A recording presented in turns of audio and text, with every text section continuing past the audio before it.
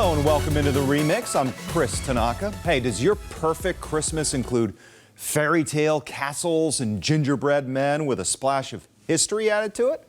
Well, then we've got the perfect gift for you. A peek inside one of the best Christmas markets in all of Europe with a travel show host, Christine Van Blokland.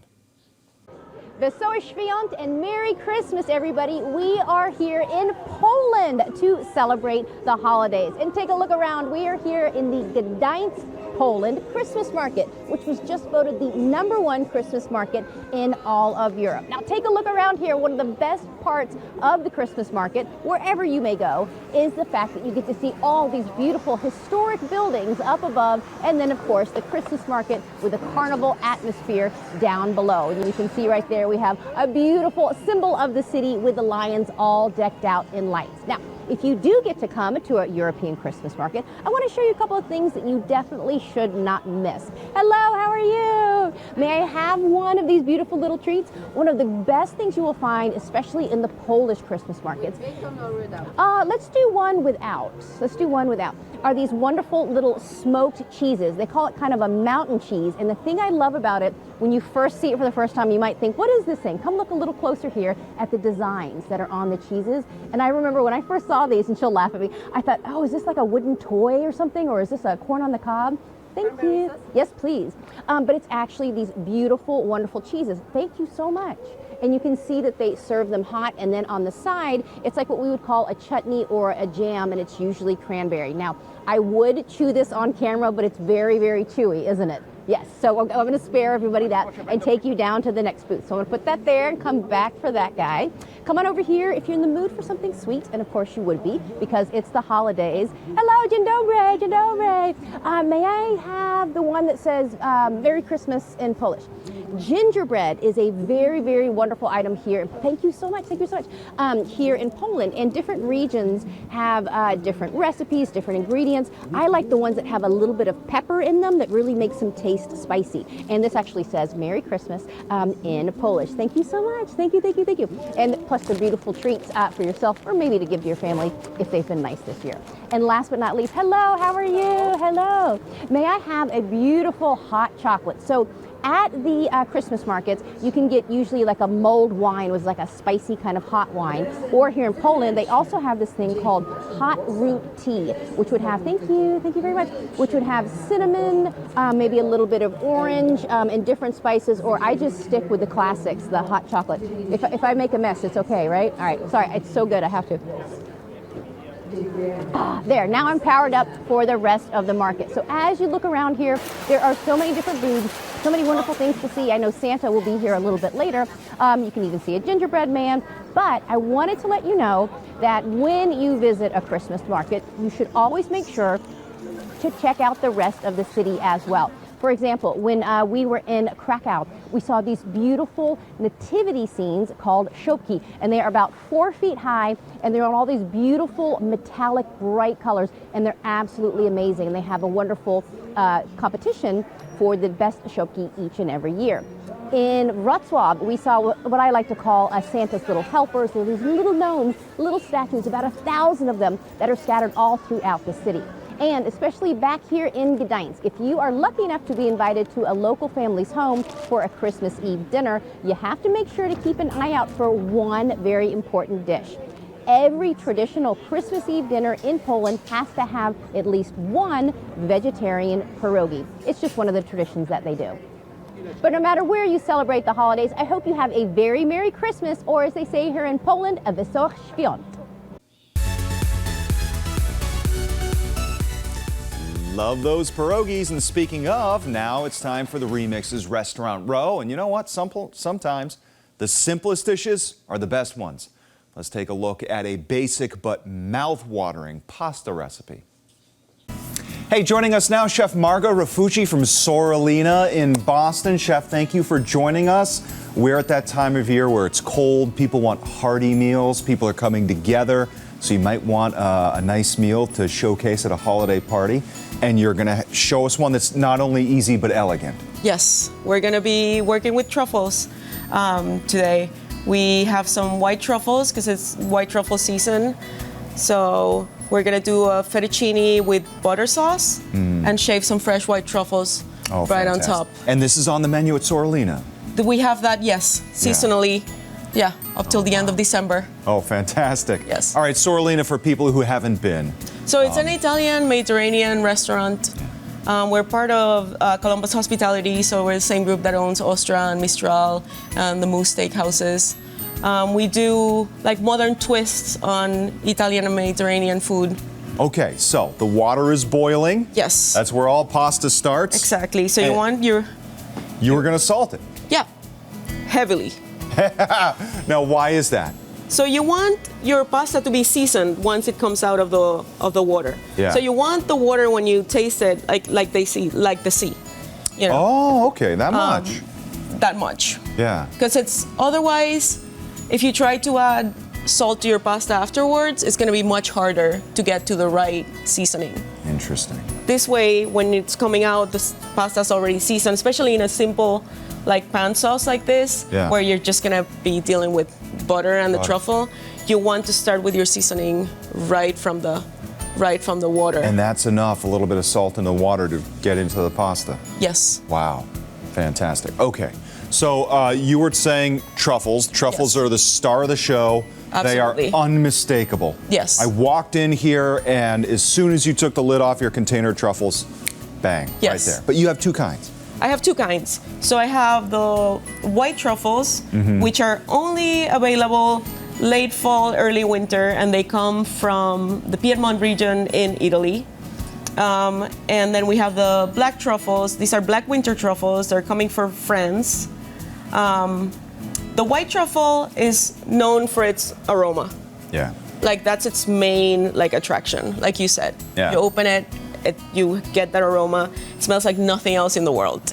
And then the black truffles have more flavor, have more of an earthy, almost like chocolatey in a savory way. Yeah. Kind of a taste.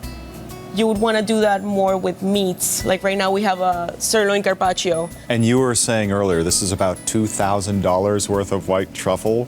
Yes. Right. So right now they're about $3,300 a pound. That's amazing. Wholesale. I feel like I should be wearing gloves and a hairnet to do this segment with you, but I'll just make sure I respect the truffle. Yes. All right. All right, so what are we doing today, Chef? Okay, so here we have some fettuccine. I think any long flat pasta will do, so you could do tagliatelle. I prefer an egg noodle just because eggs also go great with the white truffle. So preferably like a pasta that has egg in it. Yeah. Fresh. And you said a wider, flatter pasta. Is that just surface area for the butter? Yes. Yeah. Yes. Yeah. And then so I think our pasta is about ready. Okay. So we're just gonna throw it back in our transfer. Yeah. We're just gonna add a little bit of butter. You want your butter to be a little bit soft so that it melts better. And then you also want some of this. Oh, interesting. A little bit of this pasta. Yeah. Pasta water Pasta itself, water. which salted. It's already salted. There's your salt. Exactly. And then you're just kind of like just creating a little emulsion with the butter and the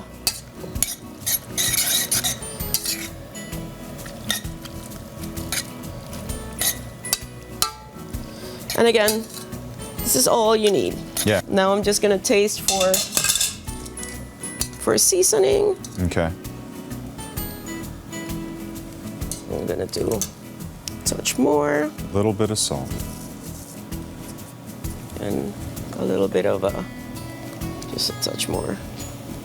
It's a restaurant trick. Yeah, absolutely. So pretty much every plate that comes out of that kitchen goes through my hands. Yeah.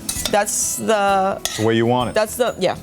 Yeah. That's how we do it at all of our restaurants. We think it's important to have somebody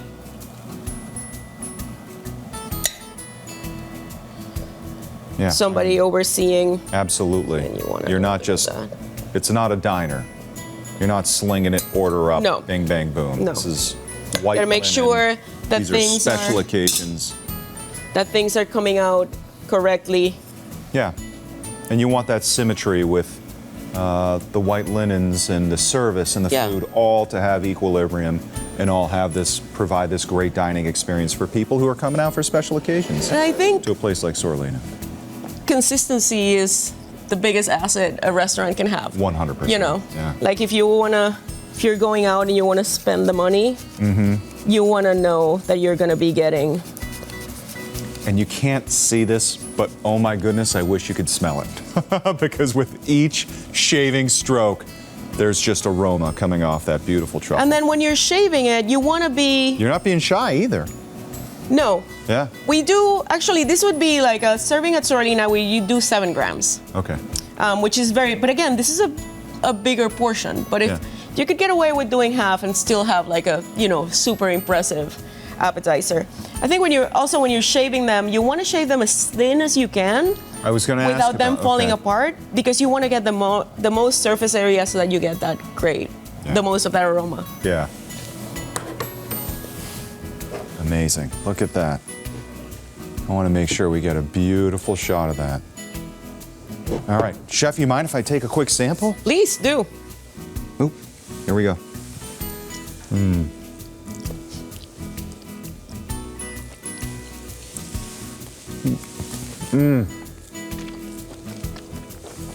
That is so delicate.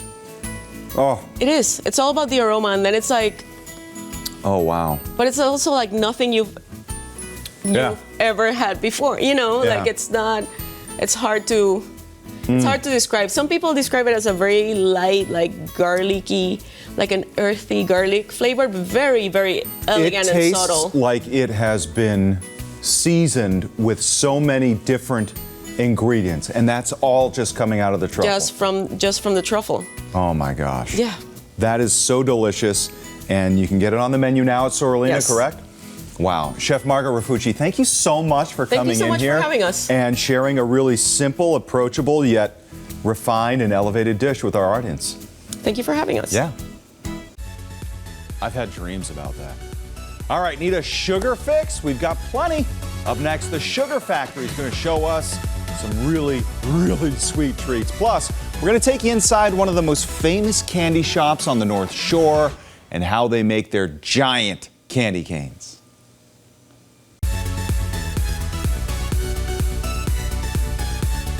Oh my goodness, do we have a treat for you. Joining us now, Andres Jovanovic. She's the food and bev manager over at Sugar Factory, the outrageous eatery, and more over in Quincy Market. Thanks so much for joining us. Thank you for having us. Oh my gosh. Okay, so we've got a full plate here to go, and you've got something for everybody, and that starts with some cocktails. Yeah.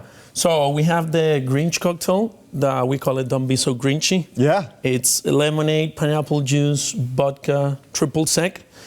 We can make it also non-alcoholic. All our drinks are non-alcoholic, so that works perfectly to everybody in house, family.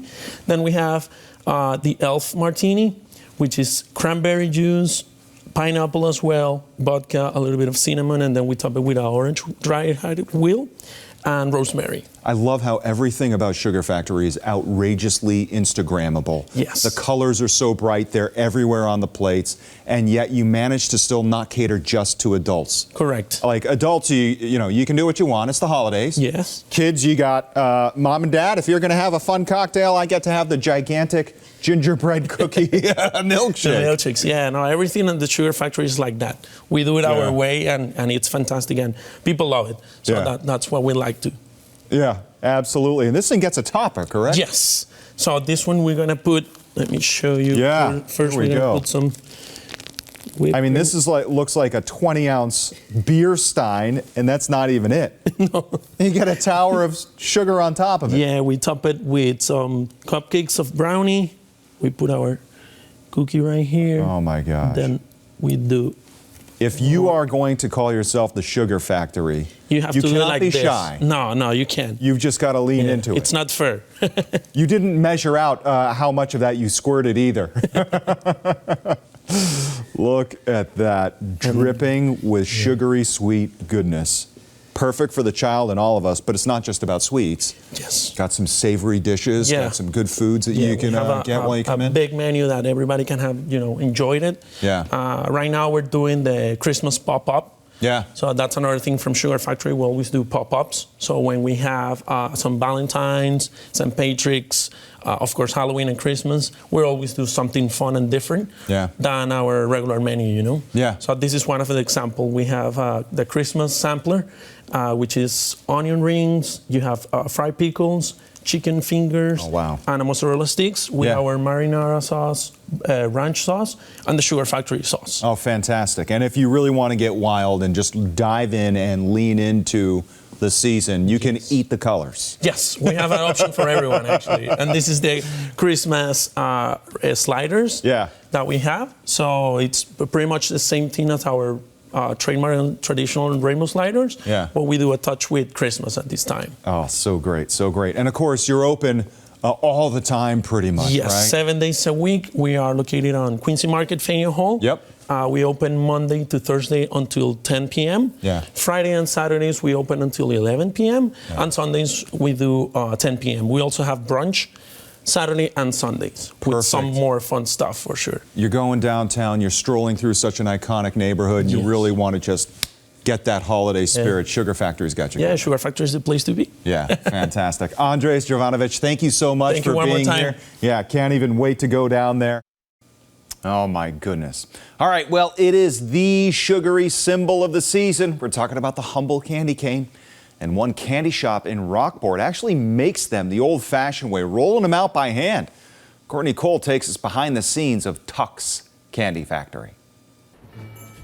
It takes just about 45 minutes. Add in the sugar. Sugar won't crystallize. To melt. So it takes a very long time for the sugar to crystallize. Mix. Cool.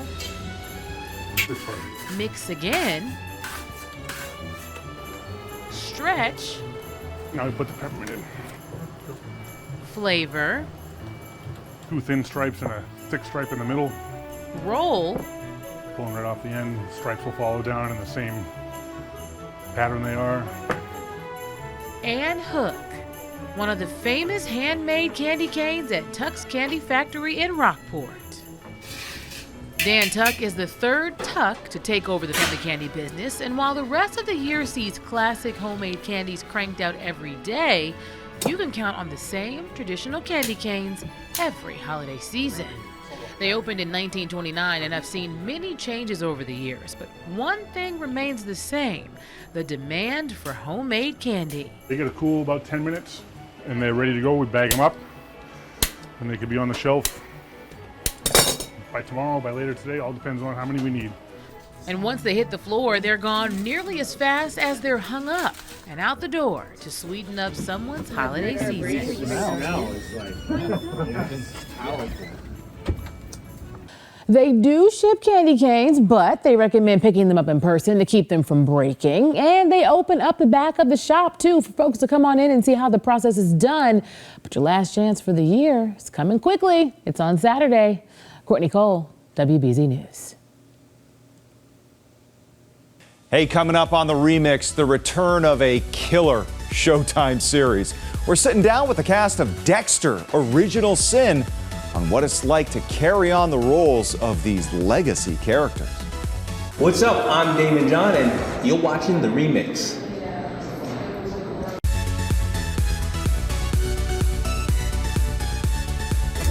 It really is like they say. Your life flashes before your eyes. In the beginning, there was blood I learned from my father. The code is to make sure you are different from the people that you kill. It was simple. Kill the bad guys who escape justice. Oh my. Streaming now on Paramount Plus, Dexter: Original Sin. It's a prequel to the original Dexter and set in 1991 when a young Dexter transitions from student to serial killer. CBS News Boston producer Riley Rourke spoke with the two main characters of the show about what fans can expect in this chilling prequel. So before landing your role in this new series, were you both fans of the original Dexter series? Yeah, huge fans. I was actually in the middle of rewatching the series from the beginning when I got the audition, and it felt absolutely insane. I never thought I'd get a chance to even audition for the role of Deborah Morgan. Yeah, I'd watched the first four. I'd watched the Clyde Phillips seasons, who then came back and was our showrunner for this. And then as soon as I got the audition, I was like, here's an excuse to go and watch 8 seasons of Dexter and call it homework. It's great. Yeah. That's awesome. And so what were your reactions when you both first learned that you got the roles? I mean, you both are fans, but was it surreal? Was it? It was nuts. I mean, it was a long audition process, and I'm glad it was, because it definitely like wasn't lost on me that it was it was a big task to follow in the footsteps of Michael. And I was pretty shook up. Yeah, I mean, I was so excited. I was overjoyed. It wasn't until I stepped foot on set that I was like, oh my God, wow, so we're doing it. And now I am unbelievably nervous and suddenly aware of the weight that this requires. Yeah, that's great.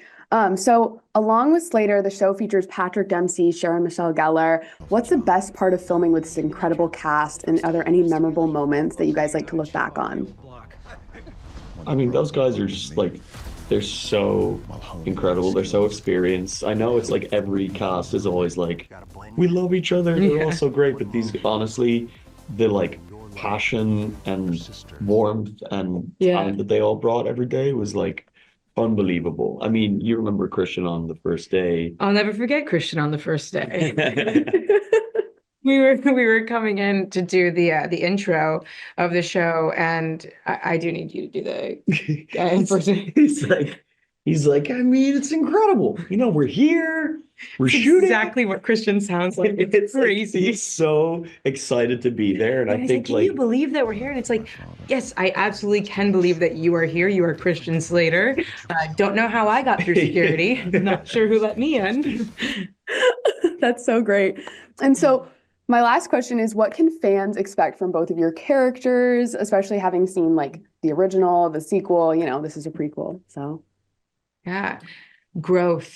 Yeah. There's a long way to go for them to, from where they begin in Dexter Original Sin and where fans of the original show will know them ending up. I think it's fun to see these characters that have kind of are pretty solid in who they are when we meet them. Finding their feet and making mistakes and learning from them. I thought it was like, it's kind of the perfect show for a prequel, because there's so much history when we meet them in the first season of the original. There's Dexter has killed so many people already, and we're going to see him, as he calls himself, a virgin serial killer. Yeah. And who doesn't want more Dexter? Right. Exactly. Well, thank you both so much. I can't wait to watch it. It was so nice to meet you both. So nice to meet you. Thank you. Crazy.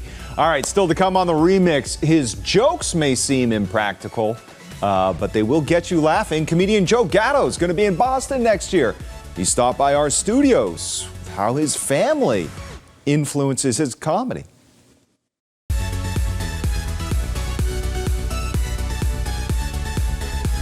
He's an impractical joker, and you can see acclaimed comedian Joe Gatto right here in Boston next year. He actually stopped by our studios this week for a conversation with CBS News Boston's Joe Weil. Gatto's going to perform at the Wilbur Theater next April on his Let's Get Into It tour. He told us his comedy has adapted as he's gotten older and has had a family. Talk about your kids a lot in it. I know that's something that you do a lot now in your comedy as you've gotten older. So what is it about being a dad that's maybe changed your comedic style and just changed you as a person? Yeah, I mean, it's a different outlet. They give you different inspiration. You know, my kid's book, Where's Barry, that just came out. It was just, it was a great story about my son. My son lost his little stuffy at bedtime, and for any parent out there, they know it's a catastrophe. And we had to go like find it, and he was playing hide and seek with it, and he hid it under a pot in the kitchen cabinet. I never would have found it, so like I had to calm down. It was a cool story, and I got to do that, and that never would have happened if I didn't really embrace like the fatherhood and the kids. And then they're just gold. My son is hysterical. Like he's, even in my new hour, I tell the story about we're in a supermarket. We walk by a shopping cart. He starts hysterical laughing, and I go, "What's up, buddy?" And he points to a cart and he goes, "The pineapple." And I was like, "What?" He goes, I put it there. So like it's like I'm affecting my son in this way. It's like, oh no. So it's really interesting, and they're just a joy. How much of your kids are you, the comedic version of you? Like that example right there sounds like something that you do. They're pretty even split between me and my wife. My son is very much a little bit more, looks like me, is her. My daughter looks like her and is totally me. She's quirky, weird, loud. She loves the crowd. She loves to come out on stage, take a bow. I take them on the road with me when they have off from school and stuff, so that's always fun. I think I have a little bit of both of them, which is great. Incredible stuff. You can see Joe Wild's full interview with Joe Gatto on our YouTube channel. Hey, thanks for joining us on The Remix. We'll be back next week for more lifestyle, community, and entertainment news.